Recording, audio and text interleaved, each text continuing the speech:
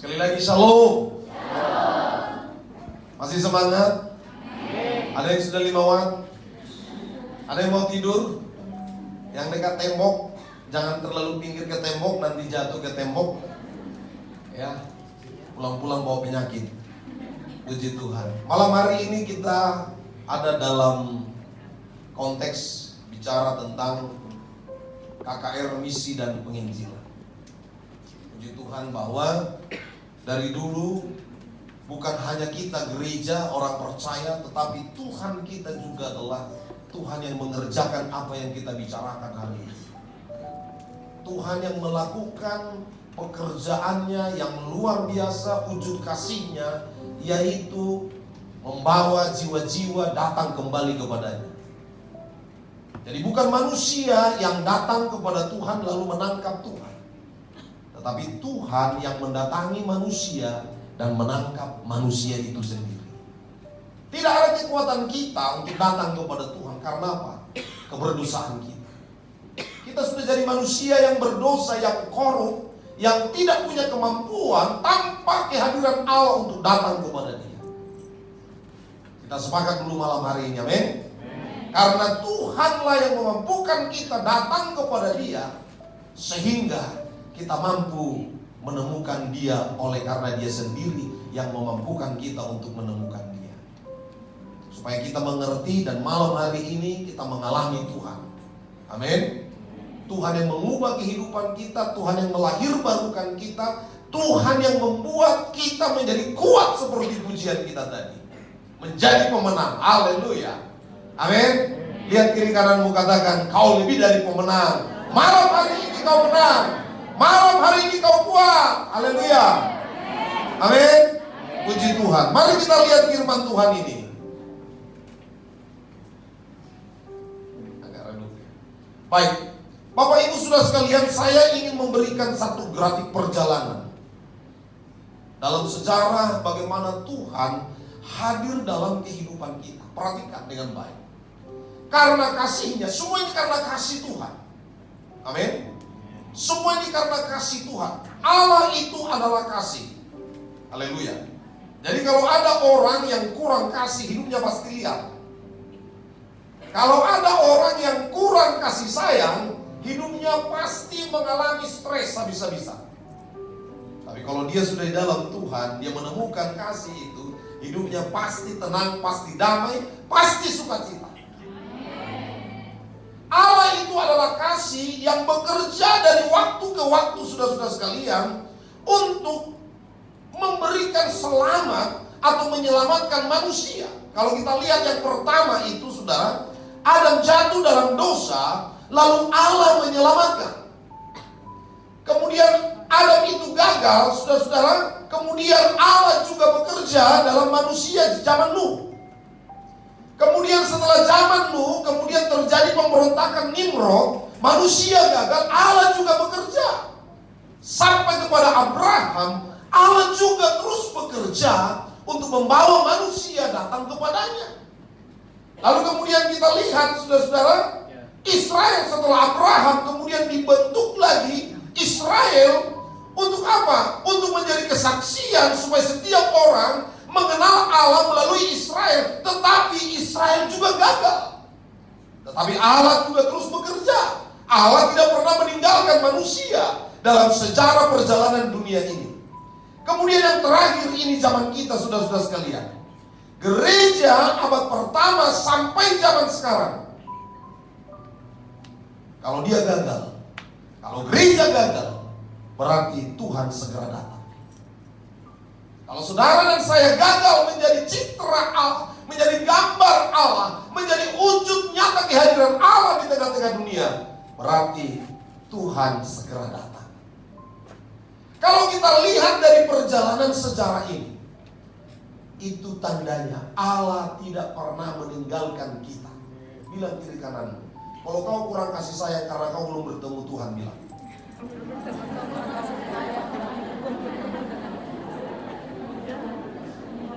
Amin. Siapapun yang meninggalkan engkau, siapapun yang berlaku curang kepadamu, itu tidak apa-apa, tidak akan pernah mempengaruhi hidupmu. kalau kau sudah berjumpa dengan Tuhan. Karena dari sejarah perjalanan ini kalau kita melihat, ternyata Allah itu tidak pernah cuek dengan manusia. Allah tidak pernah meninggalkan manusia. Allah tidak pernah membiarkan manusia sendiri. Allah berinisiatif mulai dari zaman Adam sampai kepada kita. Dia tetap bersama-sama dengan kita. Haleluya. Amin. Amin. Allah bersama-sama dengan saudara dan saya. Jadi kalau saudara merasa saudara terlalu jauh dari Tuhan, Tuhan itu jauh daripadamu, itu karena engkau tidak menikmati Tuhan dalam hidup. Ingat, Matius pasal yang pertama ayat 23 dikatakan, dia yang hadir itu ke dalam dunia disebut Immanuel. Kalau dia Immanuel, dia berarti dia bersama-sama dengan kita. Amin. Kalau dia bersama-sama dengan saudara, berarti dia bicara dengan saudara. Haleluya. Amin. Dia bicara kepada, dia ngobrol dengan orang yang tidak pernah ngobrol dengan temannya, saudara. Yang pertama penyakitnya apa? Napasnya bau. Kalau kau nggak sering-sering ngobrol dengan Tuhan, masalahmu bau, hidupmu bau. Dia Immanuel, dikatakan dia hadir dalam dunia dalam wujud manusia Yesus yang diberi nama Immanuel. Artinya Allah menyertai kita, Allah bersama dengan kita. Dengan kata lain, anak-anak Tuhan tidak boleh merasa sendiri, tidak boleh merasa kesepian, karena Tuhan ada bersama-sama dengan kita. Haleluya. Malam hari ini kita mau lihat, saya mau lihat, Tuhan mau lihat, kita mau buktikan apakah Tuhan bersamamu atau tidak. Amin. Apakah benar apa kata Alkitab hari ini bahwa dia menyertai engkau dan dia berbicara kepada kita dari waktu ke waktu? Kita lihat nanti. Kalau saudara tidak mengalami Tuhan malam hari ini, berarti kita berbohong. Saya sudah buktikan dalam hidup saya, Tuhan itu hidup, Tuhan itu nyata dalam setiap perjalanan hidup kita. Malam hari ini kalau itu tidak kita dapatkan, berarti ada sesuatu yang salah dalam hidup. Next, mari kita lihat dari perjalanan sejarah ini, saudara-saudara. Inilah tindakan Allah dalam misi penyelamatan manusia. Kita harus lihat dulu ini, bagaimana cara kerja Tuhan itu menyelamatkan manusia dalam perjalanan sejarah dunia ini. Ternyata Allah itu juga bekerja seperti topik kita pada hari ini, KKR misi dan penginjilan. Jadi Allah juga bukan Allah yang malas, bukan Allah yang berdiam diri. Allah itu mencari saudara dan saya, mencari keluargamu, mencari adik-adikmu, mencari kakakmu, mencari temanmu, mencari bapak dan mamamu yang mungkin belum percaya kepada Yesus. Dia bekerja. Yang jadi persoalannya adalah seringkali kita tidak mengerti cara kerjanya Tuhan. Dia begitu mengasihi kita. Kalau ada orang yang mengasihimu, kau tidak mengerti, saudara. Rasanya orang yang mengasihimu itu sedih sekali. Istilah dunia, cinta bertepuk sebelah tangan. Sudah tepuk begini, tak ada yang balas begini. Begini dia. Tuhan itu sering kita perlakukan seperti itu. Tuhan itu sering kita buat seperti itu. Dia peduli dengan hidup kita, tetapi kita sering kali tidak peduli dengan dia. Dia bicara kepada kita, tapi sering kali kita tidak bicara dengan dia.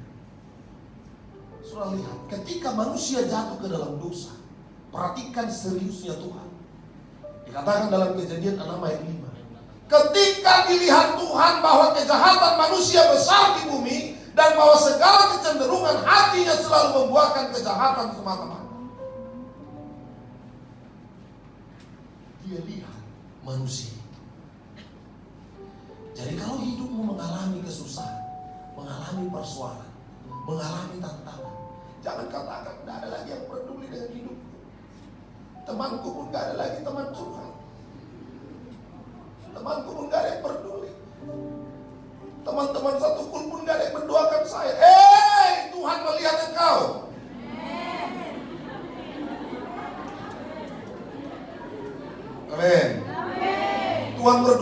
kepadamu. Amin. Kalau engkau berkata demikian, engkau sedang melukai hati Tuhan. Saya melihat banyak orang yang mengatakan demikian, padahal sudah bertahun-tahun hidupnya menjadi Kristen. Dikit-dikit punya masalah, benci kali orang semua sama aku. Padahal tiap harinya aku kasih dia makan tom yum. Tapi giliran aku curhat, sedikit pun gak ada telinganya mendengarkan curhatku. Kawan, dulu sanggul sudah masuk.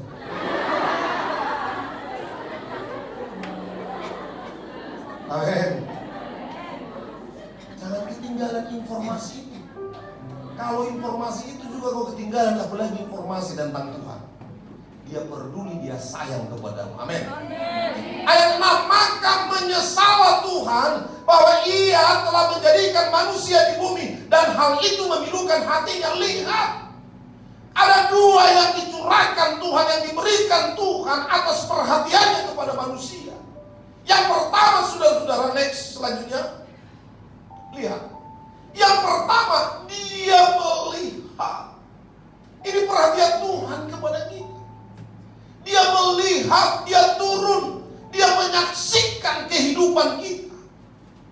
Dia bukan Allah yang berdiam diri seperti ibaratkan seorang ahli jam. Dia tukangi jam, dia taruh jam itu di etalase toko, dia pergi pulang, dia tidak peduli jam itu.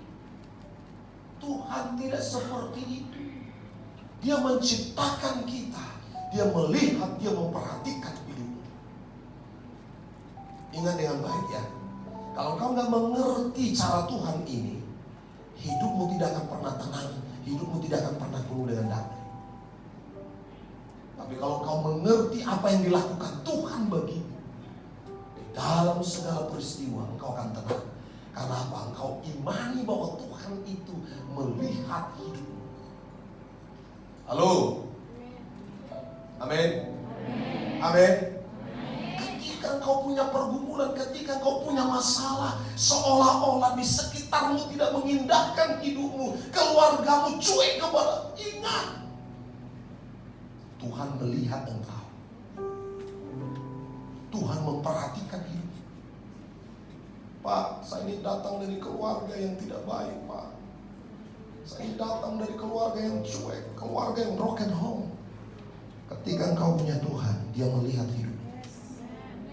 Berapa banyak orang yang menghancurkan, membunuh dirinya sendiri ketika dia tidak mengerti bahwa Tuhan peduli. Ingat, sejak kita ribuan tahun yang lewat kita belum ada, Tuhan sudah bersikap demikian. Tuhan sudah menyatakan pribadinya. Begitulah perilaku Tuhan, selalu memperhatikan kita. Saya bangga punya istri. Kenapa? Ya pasti dong Pak, masa Bapak gak bangga dengan istri? Tapi berapa banyak orang yang tidak bangga punya istri? Ya, kenapa? Perhatiannya membuat saya nyaman.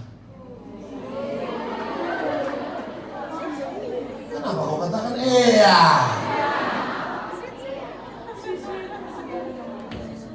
Perhatian itu saudara-saudara. Kau lihat wajahku ini? Kau lihat enggak? Ada enggak tampang pendeta di wajahku ini? Jangan bohong. Tak ada tampang pendeta di wajahku ini. Kemanapun aku pergi orang bilang apa? Awas gangster. Awas preman.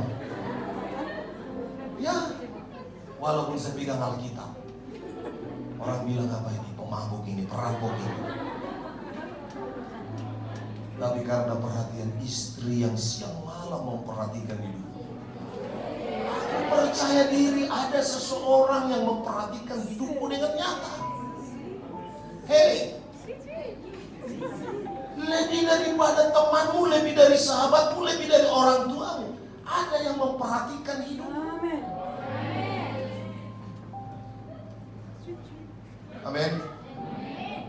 Orang-orang yang sering diperhatikan oleh orang lain, hidupnya pasti lebih optimis daripada orang yang sama sekali dicuekin orang. Sudah lihat cara kerja Tuhan. Kalau kita melihat bagaimana Tuhan, walaupun di dalam keberdosaan manusia, tetapi dia tetap peduli terhadap manusia. Apakah saudara tidak bangga punya Tuhan? Sekarang pertanyaannya, bagaimana saudara membangun kehidupan dengan satu prestasi yang diberikan Tuhan kepadamu? Adakah sesuatu yang bisa memperhatikanmu lebih daripada Tuhan? Tidak ada. Perhatian Tuhan mestinya memberikan kekuatan yang baru kepada kita, optimisme yang baru kepada kita. Dan akibat dari itu semua, dari hidupmu harus menjadi berkat kepada banyak orang. Amin. Amin. Yang kedua, saudara lihat, kita ulas dulu sebelumnya. Satu kali lagi, lihat. Ketika dilihat Tuhan, kalau di dalam bahasa lain disebutkan rau, itu artinya apa? Lihat perhatian Tuhan. Ini yang seringkali saudara memilukan hati Tuhan, ketika kita tidak benar-benar menghargai, memberi nilai terhadap perhatian Tuhan dalam kehidupan kita, yang walaupun dalam keberdosaan kita, dia peduli dengan kita. Ada satu orang anak di rumah saya. Sejak umur 0 tahun, dia tidak tahu anak siapa dia. Ya. Mamanya, papanya seorang penginjil. Lalu karena perjalanan yang begitu sulit ke medan penginjilan, mamanya yang hamil tua melahirkan dia di kapal. Dan pada saat dia dilahirkan, mamanya meninggal. Dan singkat cerita, anak ini sampai di darat karena melewati laut. Sampai di darat diputuskan anak ini harus dibesarkan yang satu marga dengan mamanya yang meninggal. Lalu dibesarkanlah oleh satu marga dengan saya Simanjuntak. Tapi sebenarnya bapak anak ini bukan Simanjuntak. Sampai dia bertumbuh dewasa. Lalu saya berangkat ke KKR misi di Mentawai. Sampai di Mentawai, bapaknya ini bilang, "Pak, boleh gak bantu anak saya ini?" Dia cerita semuanya, lalu saya bawa ke Batam. Sampai di Batam 3 tahun saya bergumul. Bagaimana anak yang sudah bisa menikah harus menerima penjelasan siapa dia. 20-an tahun dia tidak mengerti status dia siapa dia. Saya bergumul kepada Tuhan. Sudah 3 tahun bersama dengan saya. Saya panggil dia ke gereja, saya cerita. Rasanya seperti langit itu dan bumi bertemu runtuh menjepit hidup. Saya katakan, ini waktunya kau mengerti kasih Tuhan. Ini waktunya kau tahu siapa Tuhan yang sesungguhnya mengasihi engkau dan memberikan perjalanan hidup yang walaupun sedemikian rumit bagimu, tetapi Tuhan sedang mempersiapkan masa depan yang terbaik bagimu. Dia menangis, saudara-saudara, dia tidak tahu mau bilang apa. Saat ini dia bertumbuh dewasa rohani, dia bisa menerima dirinya. Dan saya katakan, jalan hidupmu adalah seperti ini. Dan saya masukkan dia sekarang jadi sekolah misi. Dia masuk sekolah teologi untuk mengerti betapa dalamnya kasih Tuhan di dalam kehidupan. Semua keluarga yang membesarkan dia mengalami yang namanya rasa takut berlebihan, rasa takut yang mencekam dan luar biasa. Karena apa? Mereka akan berpikir anak ini akan bunuh diri. Mereka berpikir bahwa anak ini akan segera mengakhiri hidupnya karena dia tahu semua orang membohongi dia dari mulai usianya 0 tahun sampai dia 22 tahun.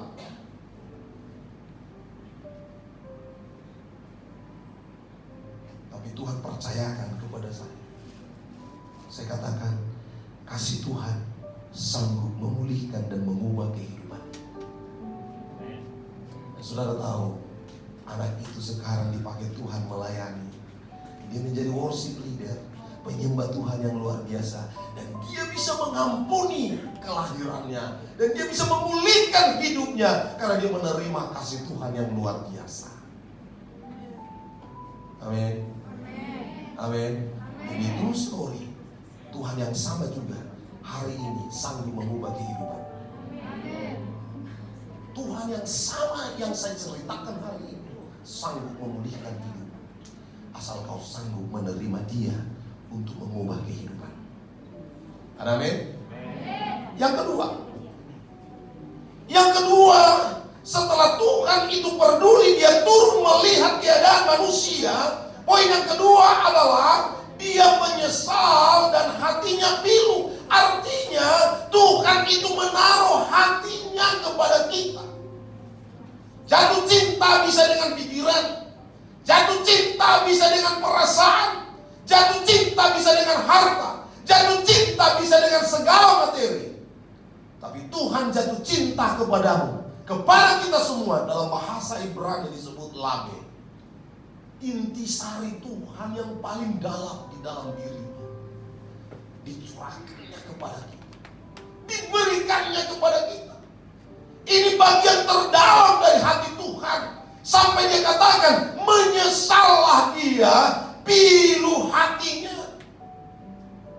Karena Dia begitu mencintai manusia. Dan cinta kasih inilah yang memulihkan kehidupan kita untuk sanggup datang kepada Dia. Amin. Tidak ada kasih yang paling dalam di dunia ini dibandingkan kasih Tuhan. Inti daripada kehidupan Allah itu sendiri diberikannya kepada kita. Dengan kata lain, kalau kita hidup di dalam Tuhan, tidak ada orang yang menderita. Walaupun dia kekurangan di dalam banyak hal, tetapi dia tidak akan pernah menderita. Karena dia sudah menangkap dan menemukan Tuhan yang melebihi segala-galanya dalam kehidupan. Saya melihat kelemahan banyak anak Tuhan adalah di dalam pengertian.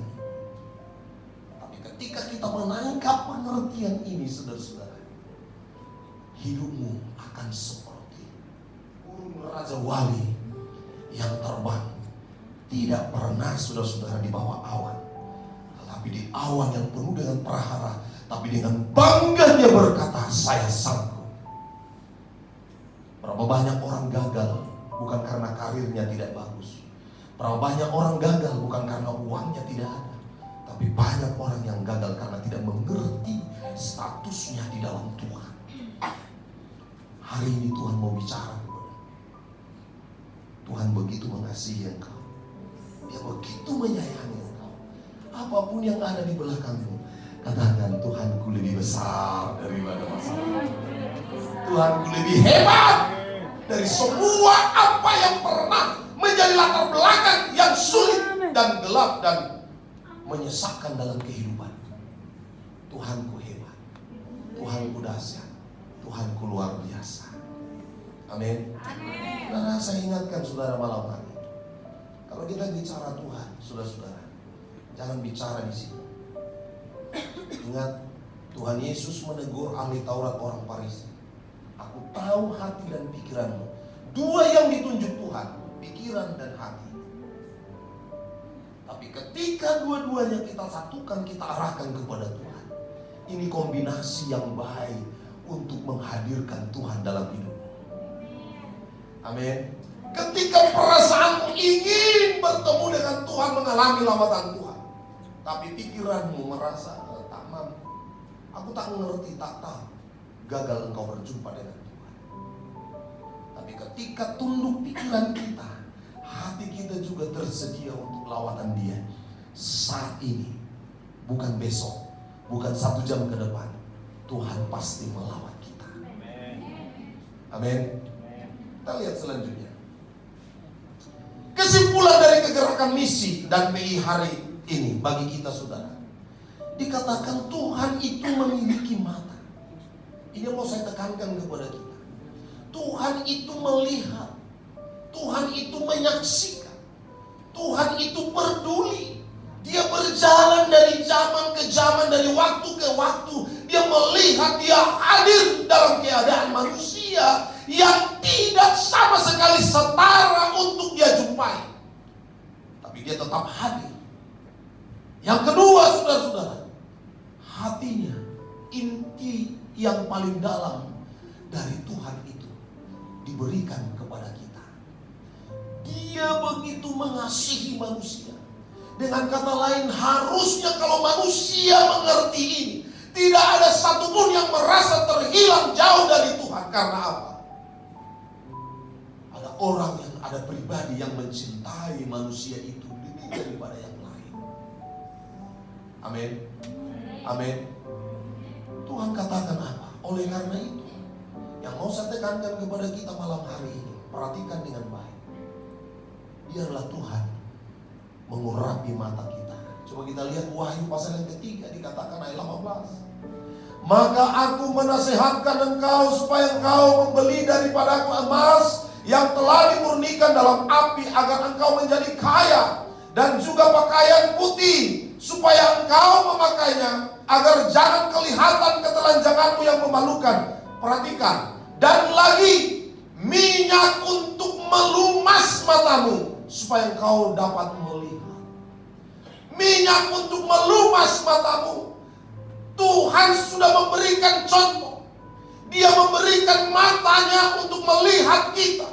Dia mengorbankan matanya, penglihatannya, untuk menyaksikan kenajisan kita.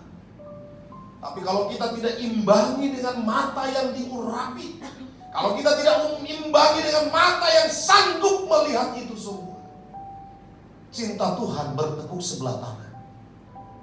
Dia peduli dengan engkau, tetapi engkau tidak peduli dengan apa yang dilakukan dia. Lumasi matamu artinya apa? Kalau dalam 1 Yohanes dikatakan apa? Urapi. Urapi. Urapi itu artinya ada penyingkapan. Bukan diurapi dengan minyak lalu melek, bukan. Ini bicara pengetahuan. Urapi, lumasi artinya supaya selubung itu diangkat.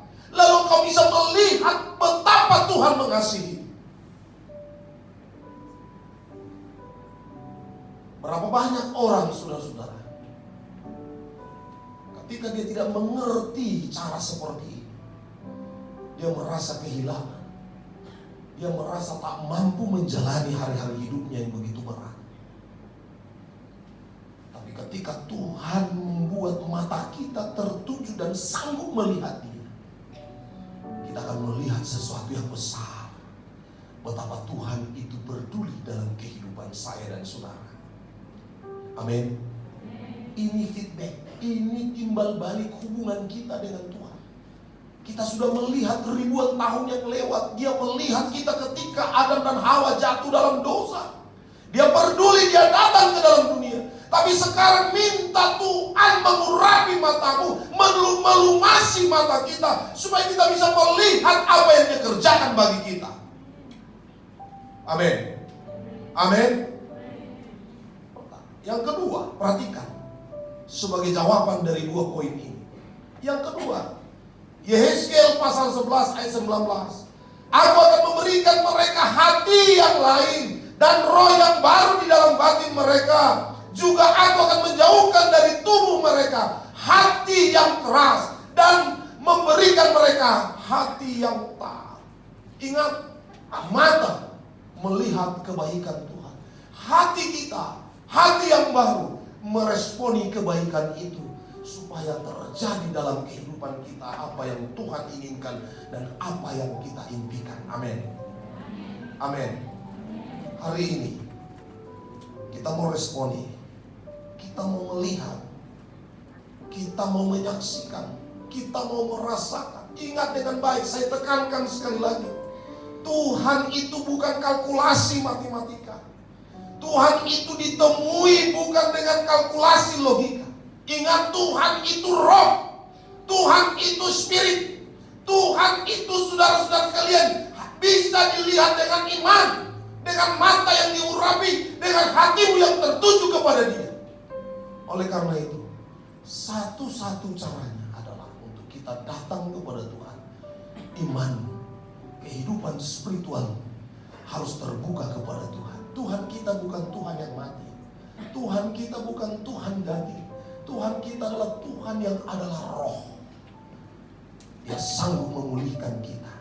Dia sanggup mengerjakan sesuatu yang besar dalam kehidupan. Amin. Saya mau tantang saudara.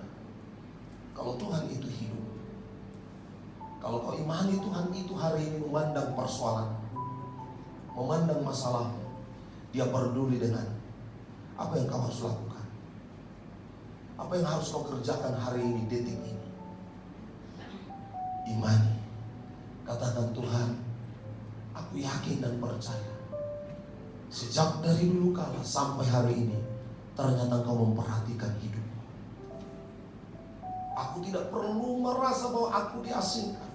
Aku tidak perlu merasa bahwa hidupku tidak berharga. Aku tidak perlu merasa bahwa tidak ada orang yang peduli kepadaku. Tetapi aku tahu Tuhanku peduli kepadaku. Aku tahu Tuhanku sanggup memulihkan aku. Aku tahu Kau Tuhan yang hidup, yang sanggup membebaskan aku, memulihkan keluargaku, memulihkan hidupku, memulihkan saudaraku, memulihkan kepribadianku ya Tuhan. Karena dari dulu Engkau sudah melakukan itu bagi orang-orang di zaman dulu. Sekarang pun Engkau sanggup melakukan itu bagiku. Amin. Amin. Maukah Engkau melakukannya malam hari ini? Amin. Maukah Engkau melakukannya hari ini? Amin. Detik ini, amin. Akui Tuhan Dia hidup, amin. Amin. Mari kita bangkit berdiri dengan pelan.